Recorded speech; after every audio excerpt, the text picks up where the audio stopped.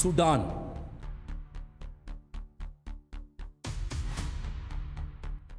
एक ऐसा मुल्क जो अफ्रीका के दिल में वाक़ है, मगर दुनिया के सबसे बड़े इंसानी बहरानों में से एक बहरान से गुजर रहा है। आज सूडान में जुल्म की इंतहा हो रही है। सूडान न सिर्फ मुसलमानों की अक्सरियत का मुल्क है, बल्कि दुनिया के मशहूर तरीन कुरान के कारी सूडान से ताल्लुक़ रखते हैं। सूडान को कभी अफ्रीका का दरवाज़ा भी कहा जाता था। ये स्याह फाम लोगों का वो मुल्क है जिसकी ज़मीन में इतना सोना मौजूद है कि पूरी दुनिया की मईशत का रुख बदल सकता है। मगर शिमाली सूडान इस वक्त अपनी तारीख के सबसे खौफनाक बाब से गुजर रहा है। दारुल हुकूमत खर्तूम मलबे में दफन है, हॉस्पिटल्स खाली, बाजार जले हुए और लाखों लोग अपने घरों से बेदखल हैं। सबसे पहले आसान अल्फाज में ये समझ लें कि ये लड़ाई दो ताकतों के दरमियान है, सूडानीज आर्म्ड फोर्सेस SAF और रैपिड सपोर्ट फोर्सेस RSF। इन दोनों ताकतों के दरमियान ये जंग बज़ाहिर तो इक्तिदार की जंग है, मगर दरअसल ये सोने, ज़मीन और दौलत की वो जंग है जिसने इंसानियत का खून चूस लिया है। कहा जाता है कि सूडान की ज़मीन के नीचे 1550 टन सोना छुपा हुआ है, मगर हकीकत यह है कि आज हर किलो सोने के बदले 2 इंसानी जानें कुर्बान हो चुकी हैं। ये वो सोना है जो आज मुल्क के लिए रिज्क नहीं बल्कि अजाब बन गया है। रोजाना तकरीबन 100 किलोग्राम सोना गैर कानूनी तौर पर सरहद पार स्मगल होता है और वही पैसा बंदूकों और ड्रोन्स के जरिए खून बनकर बहता है। सूडान में जारी ये जंग इक्तिदार की हवस नहीं बल्कि सरमाया की गुलामी है। ये लड़ाई जमीन की नहीं बल्कि जमीन के नीचे दफन खजाने की है। हर चमकता जर्रा एक कब्र की मट्टी है और हर ग्राम सोना एक इंसान की कहानी है। मगर सूडान की कहानी समझने के लिए हमें थोड़ा पीछे जाना होगा। 1956 में जब सूडान ने बरतानिया से आज़ादी हासिल की तो उम्मीद थी कि यह मुल्क तरक्की करेगा, मगर आज़ादी के फौरन बाद इसे गहरे नस्ली, मजहबी और इलाकाई इख्तिलाफात का सामना करना पड़ा।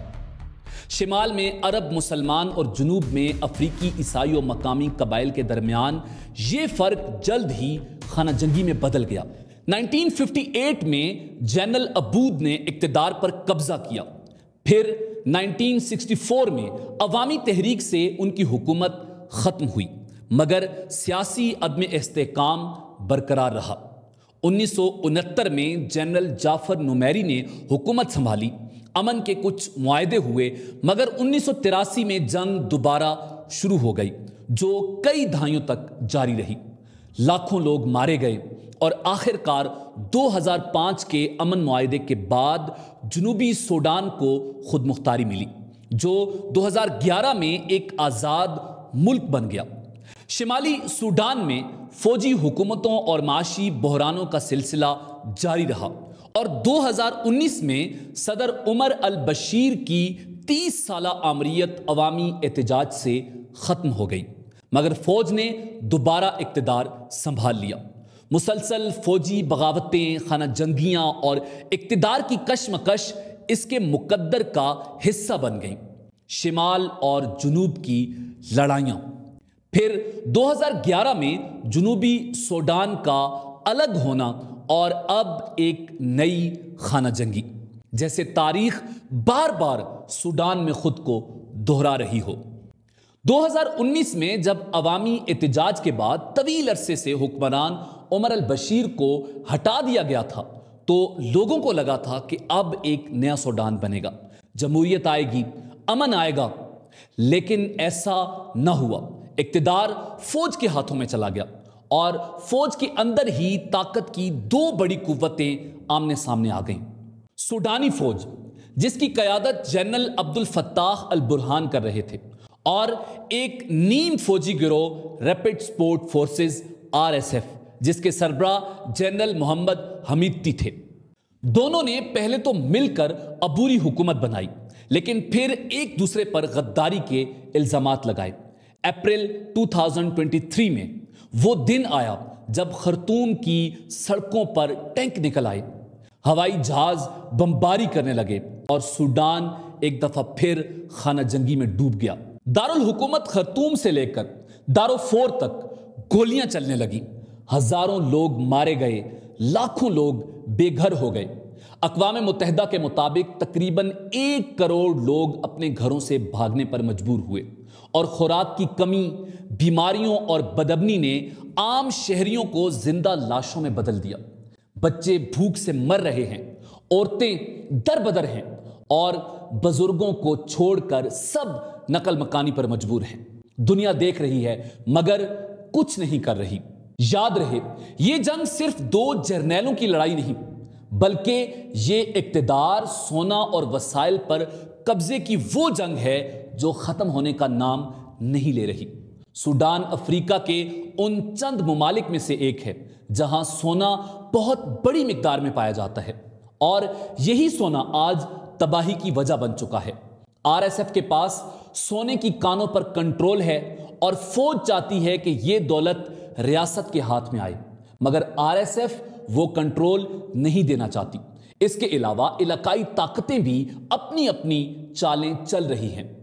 مصر، سعودی عرب، متحدہ عرب امارات اور رشیا سب کسی نہ کسی طور اس تنازع میں دلچسپی رکھتے ہیں، مگر سب کو یہ نہیں پتا چل رہا کہ انسانی جانوں کا ضیاع ہو رہا ہے، اور سوڈان اس وقت انسانیت کے سب سے بڑے بحران کا شکار ہے۔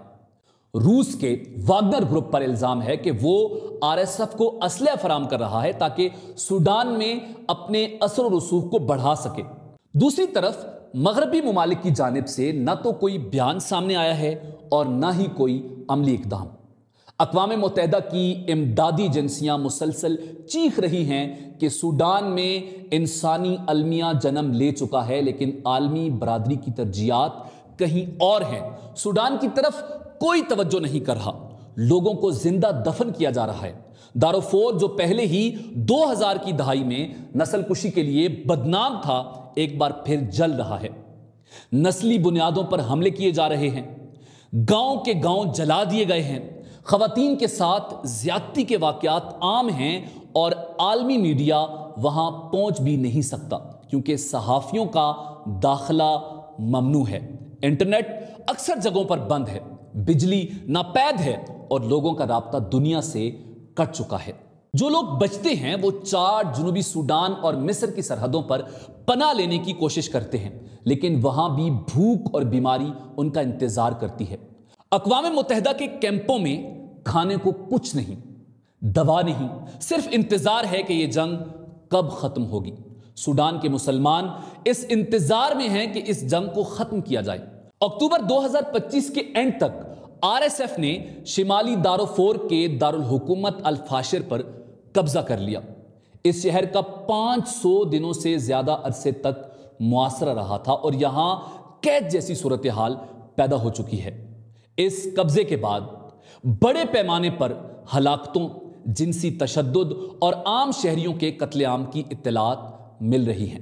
اقوام متحدہ کے مطابق الفاشر اور کدوگلی جیسے جنگ زدہ علاقوں میں قحط کی کیفیت کی تصدیق ہو چکی ہے۔ لوگوں کے پاس کھانے پینے کو کچھ نہیں، جہاں لاکھوں لوگ خوراک اور طبی امداد تک رسائی سے محروم ہیں۔ ملک بھر میں تقریباً 45% آبادی کو شدید غذائی قلت کا سامنا ہے۔ جنگ اب نئے علاقوں، خاص طور پر سینٹرل کوردوفان ریجن میں پھیل رہی ہے۔ اسی طرح آپ یہ سن کر حیران ہوں گے کہ العبید شہر میں ایک جنازے پر حملے میں 40 افراد ہلاک کر دیے گئے، اور RSF اس اہم شہر پر حملے کی تیاری کر رہی ہے۔ 11.7 ملین سے زیادہ افراد اندرونی طور پر بے گھر ہو رہے ہیں یا پڑوسی ممالک ہجرت کرنے پر مجبور ہو چکے ہیں، جو کہ دنیا میں بے گھر ہونے کا سب سے بڑا بحران ہے۔ الفاشر سے فرار ہونے والے ہزاروں افراد قریبی علاقوں میں पनाह लेने पर मजबूर हैं, जहां सहूलियात इंतहाई महदूद हैं। अक़वाम मुत्तहिदा के सेक्रेटरी जनरल ने फौरी जंगबंदी का मुतालबा किया है ताकि तशद्दुद को रोका जा सके और इन दोनों कुव्वतों को समझाया जा सके और इंसानी इमदाद की रसाई मुमकिन हो सके। ताहम फरीकैन की जानिब से जंगबंदी की अमरीकी तजावीज़ पर कोई ख़ास पेशरफ्त नज़र नहीं आती। बैनुल-अक़वामी फ़ौजदारी अदालत ICC अल-फाशिर में मुबैना इज्तिमाई हलाकतों, इस्मत दरी और दीगर जराइम के शवाहिद इकट्ठे कर रही है। RSF पर इल्ज़ाम है कि वो इन मजालिम से तवज्जो हटाने के लिए इज्तिमाई कब्रें खोद कर लोगों को दफन कर रहे हैं। मजमूई तौर पर सूडान में तशद्दुद उरूज पर है। इंसानी इमदाद की फराहमी में शदीद रुकावटें हैं और मुल्क एक गहरे बहरान से गुजर रहा है जिसके फौरी हल के आसार नजर नहीं आ रहे। और ये सवाल हर सूडानी के जहन में है, आखिर ये सब कब रुकेगा? लेकिन इस सवाल का जवाब आसान नहीं, क्योंकि दोनों फरीक समझते हैं कि वही मुल्क को बचा रहे हैं। फौज कहती है कि RSF एक गैर कानूनी मलेशिया है जो मुल्क तोड़ना चाहती है, जबकि RSF का दावा है कि फौज अवाम की नुमाइंदगी नहीं करती और सिर्फ ताकत के जोर पर हुकूमत करना चाहती है।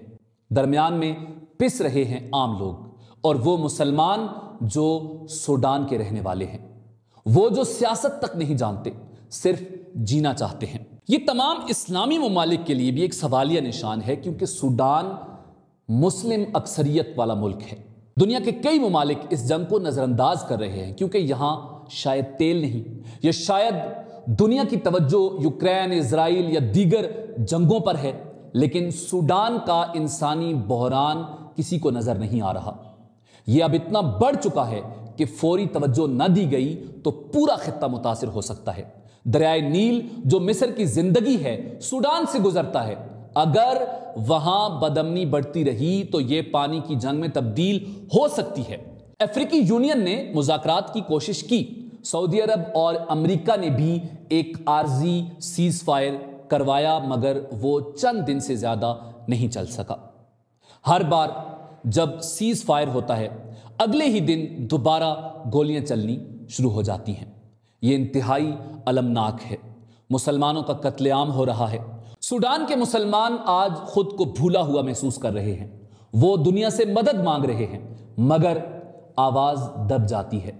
कई लोग सोशल मीडिया पर पोस्ट करते हैं कि हम भी इंसान हैं, हमें भी याद रखो। उनके लिए जिंदगी दिन ब दिन कम होती हुई रोशनी की तरह है। उनके बच्चे स्कूल नहीं जाते, हॉस्पिटल्स, खाना कुछ मुयस्सर नहीं है। कुछ इलाकों में लोग दरख्तों के पत्ते खाने पर मजबूर हैं। ये कोई पुरानी तारीख नहीं, ये 2025 का सूडान है, हमारे जमाने का सूडान। अब सूडान की ये सूरत हाल है। सूडान हमें याद दिला रहा है कि जंग किसी भी मसले का हल नहीं, बल्कि नए मसाइल की बुनियाद है। एक मुल्क जहां कभी सकाफत, शायरी और मौसीकी जिंदा थी, आज बारूद की बदबू में डूबा हुआ है। लेकिन उम्मीद अब भी है, क्योंकि आम लोग अब भी एक दूसरे की मदद कर रहे हैं, रजाकार अब भी काम कर रहे हैं और कुछ सूडानी सहाफ़ी अपनी जान खतरे में डालकर सच दुनिया तक पहुंचा रहे हैं। हमें इस उम्मीद को जिंदा रखना होगा। दुनिया को सूडान के लिए आवाज उठानी होगी, क्योंकि बच्चा जो जंग में मरता है वो सिर्फ सूडानी नहीं, वो इंसानियत का नुकसान है। आज अगर हम सूडान के लोगों की मदद के लिए न उठे, न बोले, तो कल कोई हमारे लिए भी नहीं बोलेगा। सूडान के लोग अमन चाहते हैं, इज्जत चाहते हैं और एक जिंदगी चाहते हैं जहां वो खौफ के बगैर सांस ले सकें। शायद उनकी सबसे बड़ी ख्वाहिश यही है कि उनके बच्चों को बमों की आवाज के बजाय हंसी की आवाज सुनाई जाए। यह जंग एक दिन खत्म होगी, लेकिन तबाही के निशान बहुत देर तक रहेंगे और तारीख ये जरूर लिखेगी कि दुनिया खामोश थी जब सूडान जल रहा था। इसी उम्मीद के साथ इजाजत दीजिए कि आपको हमारी वीडियो पसंद आई होगी। मिलते हैं बहुत जल्द एक नई तारीखी, तहकीकी और मालूमाती वीडियो के साथ। देखते रहिए info@adil। अल्लाह रब्बुल इज़्ज़त आपका हामी और नासिर हो।